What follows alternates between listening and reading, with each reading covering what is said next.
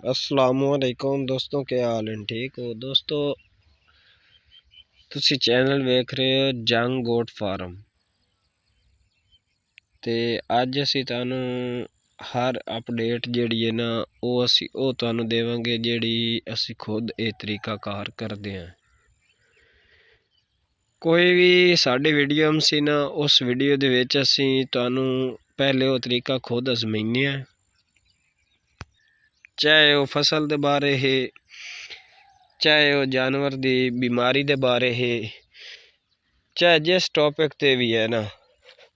साडी video फकत मकसद कि दोस्तां दी भलाई और दोस्तां दे फायदे वास्ते है, ना कि साडी वीडियो जिहड़ी है धोखाबाजी वास्ते या फ्रॉड वास्ते होए या किसी दा नुकसान करन वास्ते होए। अक्सर तुहानू यूट्यूब ते ऐसी वीडियो मिलदियां भी रहंदियां। दोस्तों गल ये है बई बकरियां लई असी ना जंतर दी फसल बीजी ते बकरी जिहड़ी जंतर खांदी बड़ा शौक दा बड़ा जौक दा है। बकरी जंतर नू ते बरसण नू ते लूसण बड़े ही शौक नाल खांदी है। जंतर दे विच भी तकरीबन 23% प्रोटीन है ते लूसण विच भी 23 है। अगर तुसी लूसण ते जंतर दे रहे हो ना बकरी नू या भेड़ नू किसी जानवर नू, तुहानू वंडा खिलावन की जरूरत ही कोई नहीं, इतनी ताकत है। खाली जंतर खिलाई रखो या लूसण ते उस नू ताकत मिलती रास्ते। दूसरी गल है बई यदि काश्तकारी का तरीका कार की काश्त किस तरह करनी।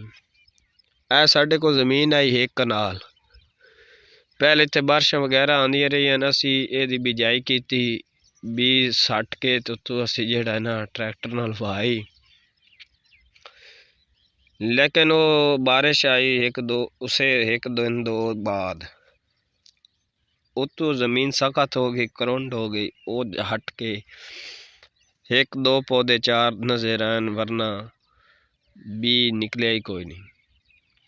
अच्छा, उस तरीके कार दे विच तुहानू ये फायदा है, एक तो जंतर दा जमा कम हो सी जमसी गट, दुआ है बई ओहदे च पानी कम लग सी। तकरीबन तुसी जंतर महीना पानी ना लाओ ना, दो ना लाओ, तुहाडा वो जंतर जेड़ा है घट जासी। ते तीसरी गल ये बई ओहदे च फायदा जदों तुसी पहला पानी लावना ओहदे विच तुसी छट्टा ला सकदे हो। कुछ तरीका कार ये हो गया, कुछ इस तरह है बई जिस टाइम तुसी जंतर दी जमीन तैयार करो, गिल्ली जमीन होवे या खुश्क भी होवे, तुसी उसनू बी वे सट के ते हल वाह दियो। बी सट के हल वाओ, उस तो बाद तुसी पानी ला दियो जिस तरीके नाल मैं पानी लाया। ये उत्तों तुसी एक छट्टा होर बी दा लाओ। ये मैं कल दोबारा इनू बी दा छट्टा भी लाया, पहले वाला बी भी आई। हुण जेड़ा जंतर ना जमया या जेड़ा जम रहा है वो भी निकलम सी, जेड़ा बी उत्तों सटिया वो भी निकलम सी। अगर कोई पौधे निकले खलेन ते उन्हां दा भी नुकसान ना हो सी। ये तरीका कार जंतर दी काश्त करन दा, और बेहतरीन काश्त करन दा तरीका कार है। उस तो बाद तुसी इस नू जिसले तुहाडा पौधा तकरीबन 5 इंच 4 इंच 6 इंच तक होंदा है ते तुसी उस नू यूरिया खाद बरीक वाली लै के दे सकदे हो। एक कनाल ते 10 किलो भी तुसी दे सकदे हो।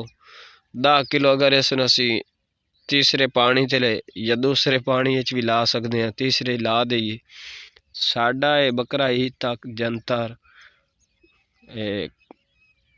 काबिल हो जावना खुआवन तक। 1 तो 1.5 महीना 40 दिन ये फसल तैयार हो सकती।